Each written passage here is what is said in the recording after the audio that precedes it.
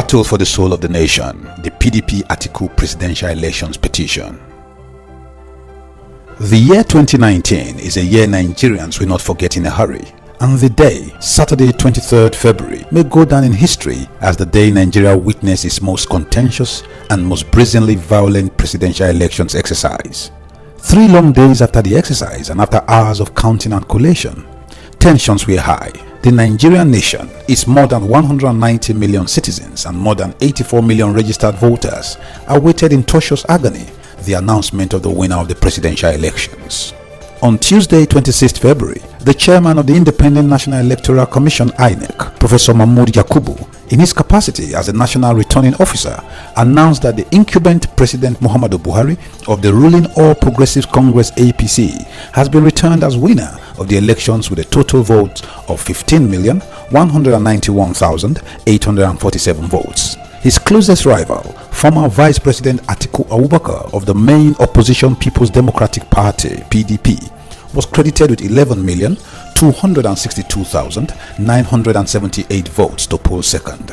Muhammadu Buhari of the All Progressives Congress, having satisfied the requirements of the law and scored the highest number of votes, is hereby declared winner and is returned elected.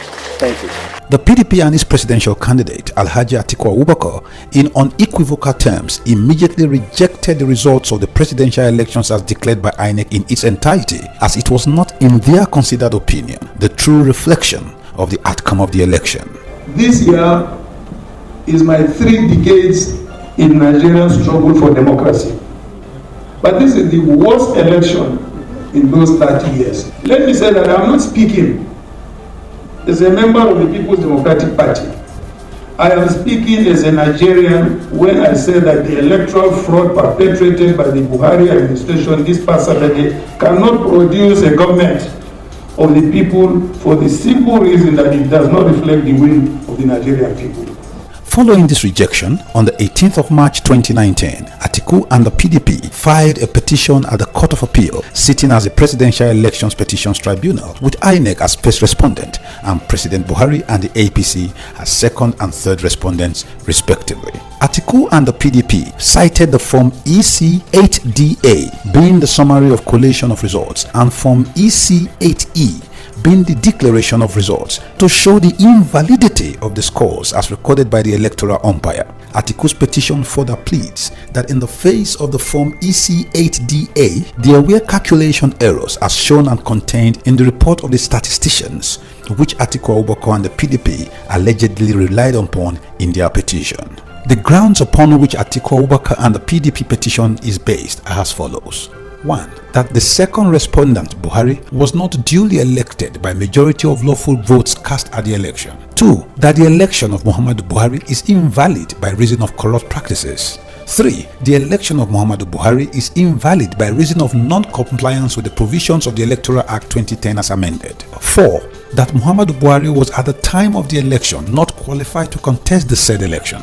5. That Muhammadu Buhari submitted to INEC an affidavit containing false information of a fundamental nature in aid of his qualification for the said election. In the opening facts of the petition, Atiku and the PDP averred that, unquote, the second respondent, Buhari, was not duly elected by majority of lawful votes cast at the election.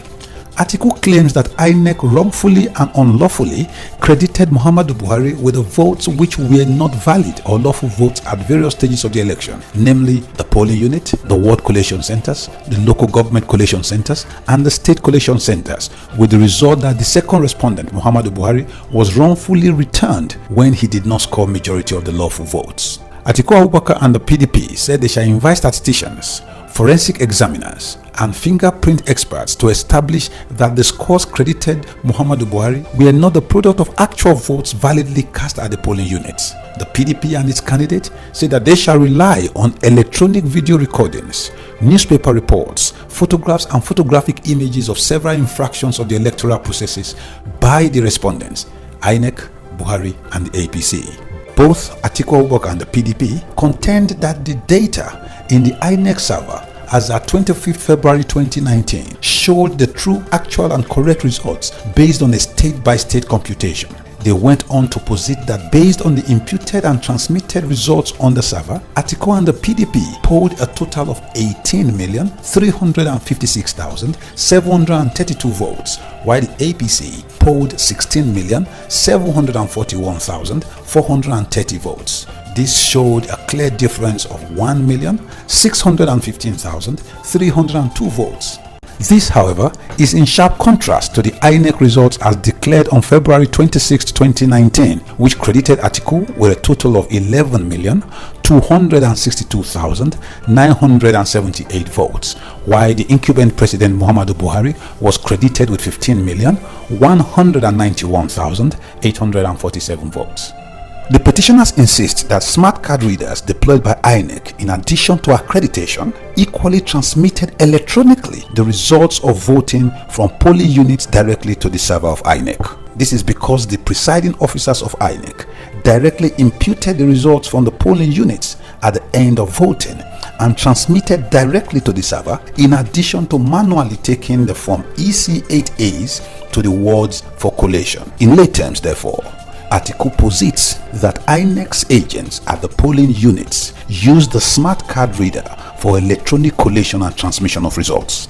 Atiku and the PDP claim that they shall rely on the video demonstration by INEC of the deployment of smart card readers for authentication of accreditation and for transmission of data during the trial. They also claim that they will produce extract of data as contained on the INEC central servers as at 25th February 2019 before the tribunal. They insist that this is corroborated by the whistleblowing website www.factsdon'tlie.com.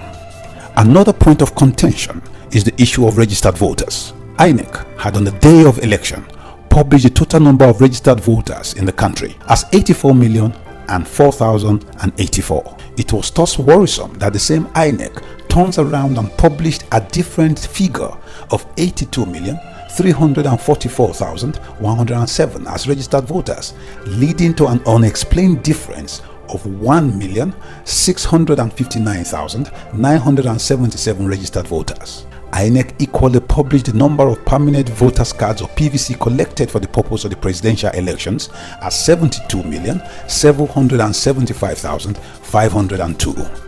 Atiku Abubakar and the PDP alleged that the actual number of voters accredited at the election was 35,098,162. INEC wrongly suppressed and or reduced the number of accredited voters to 29,304,209 to the detriment of the petitioners, Atiku Abubakar and the PDP. In their bid to prove that Muhammadu Buhari was not duly elected by a majority of lawful votes cast at the election, Atiku Abubakar and the PDP petition went on to catalogue the infractions and non-compliance with the Electoral Act 2010 as amended, as well as INEC's regulations and guidelines for the conduct of the 2019 elections. The Atiku petition claims that INEC had by its own regulations and guidelines for the conduct of elections 2019, which was in pursuant of the Electoral Act 2010 as amended, provided for the mandatory use of card readers for the 2019 election. INEC, by its press release on smart card readers, issued in February 2019 and signed by its National Commissioner, Barrister Festus Okoye, reiterated that, unquote, the use of the smart card reader is not only mandatory, but its deliberate non-use attracts the sanction of possible prosecution of erring officials in accordance with the INEC regulations and guidelines for the conduct of the elections. This is in addition to the voiding of any result emanating from such units or areas as was done in the presidential and National Assembly elections of February 23, 2019. Unquote. By this stated position of the first respondent, INEC, all accreditation not done by the smart card reader in the presidential election was and remained void. On the second ground of the petition is the non-compliance with the provisions of the Electoral Act 2010 as amended. Cardinal was the non-holding of elections and cancellation of results. Atiku's petition claims that election was cancelled in many polling units in the country, and as admitted by INEC, these cancellations were in 4,171 polling units across the nation. The cancelled election covered 2,906,384 registered voters. This figure was as announced by the chairman of INEC, Professor Mahmoud Yakubu, during the national collation of the results. This means that 2,906,384 registered voters were unable to vote on the day of the election, even though they went out to vote. Furthermore, after announcing a winner in the obviously unconcluded election, INEC ordered supplementary elections in 14 states of the Federation, namely Abia State, Akwa Ibom, Anambra, Bauchi, Benue, Imo, Kaduna, Kogi, Lagos, Ondo, Oyo, Plateau, Rivers, and Sokoto. This totaled 2,341 polling units, covering 2,698,773 registered voters. In their petition, Atiku and the PDP contend that if 2,906,384 cancelled votes are added to the 2,698,773 voters who did not vote, the total figure will stand at 5,605,157, which far exceeds the figure of 3,928,869 votes, which was the difference in the votes INEC had announced between the scores of Muhammadu Buhari and those of Atiku Abubakar. By law, as the petitioners claim, INEC ought to have declared the February 23, 2019 presidential election inconclusive, as it did in several other elections, including the National Assembly elections conducted on the same day. Since the presidential and the National Assembly elections were held simultaneously on the 23rd of February, whatever affected either election affected the other, and vice versa. In addition, a computation of the number of accredited voters and the total votes cast at the said election shows that 750,019 votes were unaccounted for in the results declared by INEC from the 36 states of the Federation and the Federal Capital Territory Abuja. This is curious, as both accreditation and voting took place at the same time, one after the other. Atiku Abubakar and the PDP averred that there were discrepancies on very large scales at the various levels of recording and collation of the results, particularly between the polling units level and the ward collations level.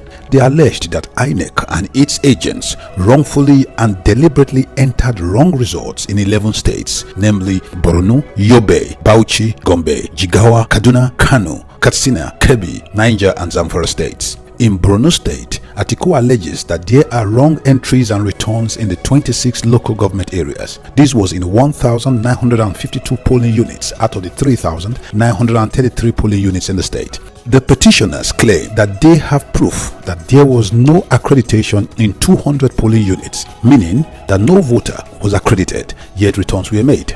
In their petition, Atiku and the PDP allege that INEC wrongfully posted votes from 1,589 out of the 1,941 polling units in the 26 local government areas of the state without any authentication or authorship of any presiding officer in respect of these polling units.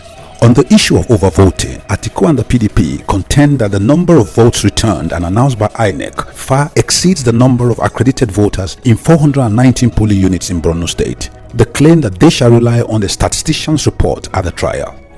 Atiku's petition alleges that there was the inflation and deflation of votes, claiming that INEC wrongfully credited Atiku and the PDP with 71,788 votes as against 281,897 votes which they claimed they actually scored, thus reducing or deflating Atiku's votes by 210,109 votes. Atiku and the PDP contend that INEC wrongfully made various unlawful entries and inscriptions on the forms EC8As in 1,013 polling units of the 1,941 polling units across the 26 local government areas of Borno State. In their petition, Atiku and the PDP contend that most parts of Borno State have been under the siege of Boko Haram insurgency.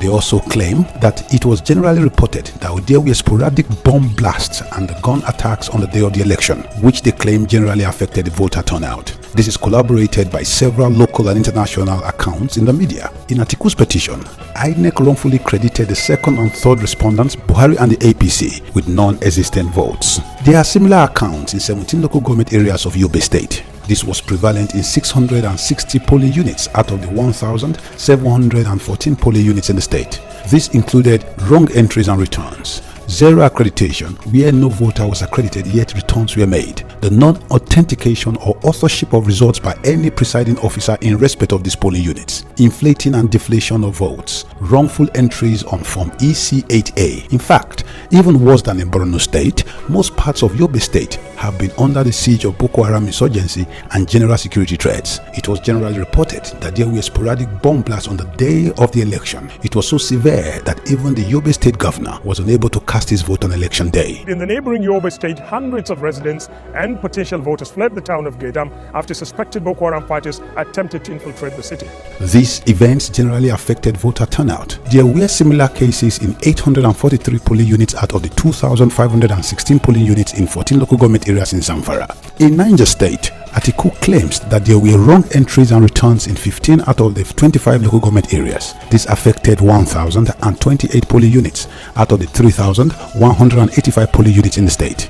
Similar scenarios were catalogued in Atiku's petition in Katsina State, where there were wrong entries and returns in at least 2,155 polling units out of the 4,903 polling units in the state. Bauchi State, where 1,864 polling units out of the 4,074 polling units were also affected. In Jigawa State, 2,266 polling units out of the 3,528 polling units in the state were affected. Kaduna State, 1,452 polling units out of the 5,108 polling units in the 23 local government areas in the state. In Kano State, this affected no less than 1,466 polling units out of the 8,074 polling units across the 44 local government areas in the state. While in Gombe State, Atiku and the PDP catalogued several incidents of other acts of non-compliance. Atiku alleges that INEC officials either encouraged, connived with, or tolerated the acts of agents of the second and third respondents, Buhari and the APC, and armed personnel of the security forces of Nigeria to disrupt the disputed elections and undertook steps that undermines its fairness and integrity. This they laid out, pleaded, and particularized on a state-by-state basis in their 146-page petition. The petition posits that on the election day, INEC wrongfully created polling units which were unknown at the time to both Atiku and the PDP and the general public. Here, votes were generated and added to the total results in favor of the first and second respondents, Buhari and the APC. It is canvassed that some of such polling units were set up by INEC, particularly in Katsina, Borno, Zamfara, Yobe, and Jigawa states. They also claim that after the declaration of results at the polling units and the duplicate pink copies released to agents of various parties, all three respondents engaged in unlawfully and wrongfully amending, altering, overwriting, substitution of figures and results with a view to assisting the second and third respondents in obtaining favorable figures in the entries in the election result sheets.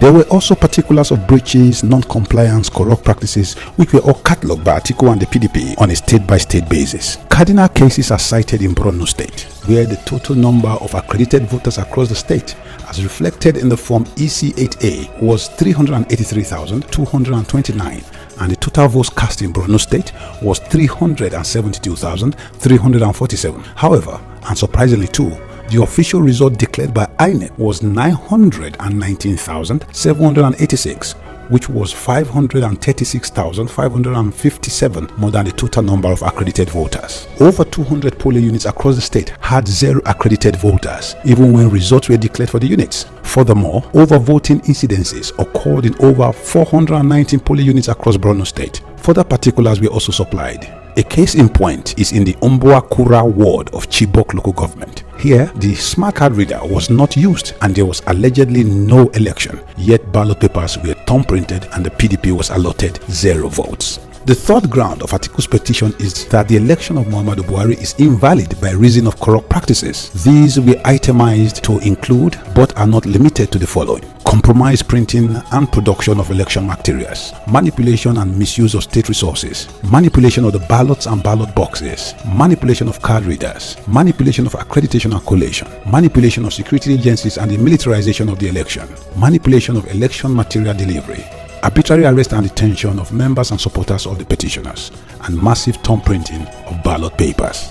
On the compromised printing and production of election materials, Atiku and the PDP claimed that in the run-up to the presidential election of 23rd February 2019, INEC awarded the contract for the production of electoral materials, including supply of machines printing the permanent voters' cards, to Activate Technologies Limited, a company owned by Alhaji Muhammad Musa, who is allegedly a high-ranking member of the APC. Alhaji Muhammad Musa was a senatorial candidate of the APC for Niger East Senatorial Zone and the National Assembly election that was held on the same day with the presidential election. The said Alhaji Muhammad Musa allegedly won the Senate seat in an election where his registered company, Activate Technologies, was contracted by INEC to produce election materials, including supply of machines used for printing the permanent voters' cards. Next is the allegation of manipulation and misuse of state resources. The petition claims that while using his position as President of the Federal Republic of Nigeria, the second respondent, Buhari, commenced a program or a scheme called Trader Money in a bid to improperly influence voters, through which Nigerian electorate, most especially traders across the Federation, were, a few weeks to the presidential election, given 10,000 naira each, clearly to influence votes in favor of the second and third respondents. The second respondent, Buhari, through the Vice President of Nigeria, Professor Yemi Osibajo, went around the nation sharing the sum of 10,000 naira to traders. This is akin to using state resources to buy votes. Of particular note is the fact that there was no budgetary provision for the Trader Money scheme. More so, since the Buhari administration assumed office in his first term on May 29, 2015, he did not inaugurate the scheme until weeks to the scheduled 2019 presidential election. Mr. Awar Rafsanjani of Transparency International, the respected global civil society organization leading the fight against corruption, warned that the program amounted to vote buying. In January 2019, Awar Rafsanjani, who is the chairman of Transparency International Nigeria, in widely published and broadcasted statements, declared that the initiative was, unquote, an official use of public funds in the name of Trader Money to actually induce voters. For the first time, we have seen, official use of public funds, in the name of trade money to actually induce voters, because this is not a program that was part and parcel of the manifesto of the ruling party, and it is not done 3 years ago. It is only done when it is about election time. This is clearly a vote buying using public funds to do that. It goes contrary really to our constitution and to having a free and fair election. Atiku and the PDP claim that as President of Nigeria and Commander-in-Chief of the Armed Forces, Buhari manipulated and used the security agencies to influence the outcome of the election in favor of himself. Shortly before the election, he publicly ordered security agents to shoot to kill persons involved in ballot box snatching, which Atiku believed was intended to target supporters of the opposition, even if not involved in ballot box snatching, as there was no threat of ballot box snatching as at the time Buhari gave the order. Anybody who thinks he has enough influence in his locality to lead a body of facts to snatch boxes or to disturb the voting system, he will do it at the expense of his own life. Furthermore, the punishment for ballot box snatching is adequately provided for in the laws of Nigeria and does not include the summary extrajudicial execution of citizens. The Chief of Army Staff also publicly announced that he will obey the shoot-aside order to the letter. Commanders must deal decisively with any electoral crime or action that will be inimical to national security. The election was thus marred by serial reports across board of the involvement of military and police personnel in the disruption of the voting exercise. This was rampant in states such as Rivers, Borno, Benue, Kogi, Yobe, Kebbi, Kaduna, Zamfara, Nasarawa, and Plateau states. Atiku and the PDP claimed that the military and police officers' active involvement was in aid of members and supporters of the first and second respondents to attack, terrorize and scare away members of the PDP and supporters of Alhaji Atiku Abubakar, thus preventing them from voting. On the manipulation of card readers, contrary to his own repeated declarations that the use of card readers was mandatory for all elections, INEC was selective in their use. Card readers were hardly or not used at all in states such as Bauchi, Borno, Kebbi, Yobe, Zamfara, Katsina, Kaduna, Niger, Nasarawa, Gombe, Jigawa and Kano states.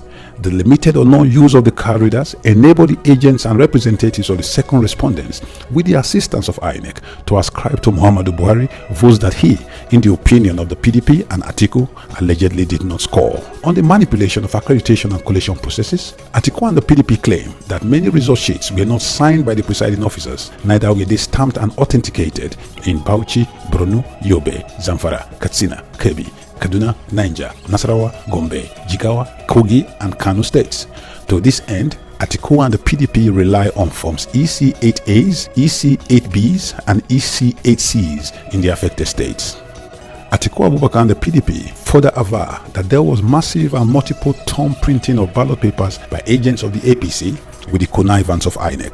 Atiku Abubakar and the PDP thus claim that the presidential election of 23rd February 2019 was characterized by widespread violence and non-compliance with the provisions of the Electoral Act 2010 as amended. The members of the Nigerian Bar Association NBA Ad Hoc Election Monitoring Group were deployed to observe the presidential election of 23rd February 2019. It was stated from the report of the NBA Election Monitoring Group that the presidential election fell far short of a free and fair election. Atiku and the PDP also cited and pleaded the NBA's report of the Ad Hoc Election Monitoring Group on the presidential election.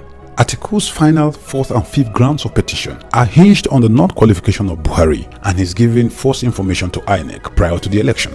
By virtue of Section 31(1) as well as Section 31(2) of the Electoral Act 2010 as amended, Atiku Abubakar and the PDP claim that Buhari does not possess the educational qualification to contest the election to the office of the President of the Federal Republic of Nigeria. Muhammadu Buhari had filled and submitted the mandatory form CF001, which enables him to contest for the office of President to INEC on or about the 18th of October 2018. This form was also accompanied by the CV of Muhammadu Buhari as well as the general form of affidavit duly sworn to by Buhari at the High Court of the Federal Capital Territory Abuja, along with copies of his membership card of the APC and his voters card. This said general form of affidavit submitted by Buhari to INEC for the 2019 general elections was surprisingly sworn to on the 24th of November 2014 before High Court of Justice of the Federal Capital Territory Abuja, almost 4 years preceding the 2019 general elections. This was obviously meant for the 2015 and not the 2019 election. In the petition of Atiku, that said general form of affidavit deposed to on the 24th of November 2014, which accompanied the form CF001 filled by Buhari, was stale. In the affidavit, Buhari claimed that all his educational qualification documents as filled in his presidential form labeled President APC/001/2015 are currently with the Secretary Military Board. Citing video clips and newspaper reports of the press statement issued by the military through the then Director of Army Public Relations, Brigadier General Olajide Laleye, in January 2015, Atiku claims that the Nigerian military has since denied that it had or was in possession of Buhari's educational certificates. In addition, Atiku and the PDP claim that the middle school Katsina and the Katsina Provincial Secondary School, which Buhari claimed to have attended in his curriculum vitae between 1953 to 1956 and 1956 to 1961 respectively, were at that time non-existent. Along with references to WASC or WASC, the West African School Certificate and the Primary School Certificates, Atiku and the PDP claim that Muhammadu Buhari was not qualified in the first place to contest election for the exalted office of President of the Federal Republic of Nigeria. As the courts begin the long winding sittings and the horde of lawyers on all sides engage in legal and verbal fisticuffs, the Nigerian nation holds its breath. All the gladiators, President Buhari, his closest challenger, former Vice President Atiku Abubakar, their respective political parties, the APC and the PDP, are all at the tribunal, slugging it out in full public glare. The Presidential Elections Petitions Tribunal of the Court of Appeal, as well as the Supreme Court, who waits inevitably further down the road in this proverbial clash of the titans, will hopefully serve justice on a fair dose as the gladiators battle for the soul of the Nigerian nation. It is the duty of the press and the media, as the fourth estate of the realm, to remain eternally vigilant to ensure that justice is duly served. It is a duty owed to the Nigerian nation, her citizens and her unborn generations. Many years after independence, we still find it hard to start.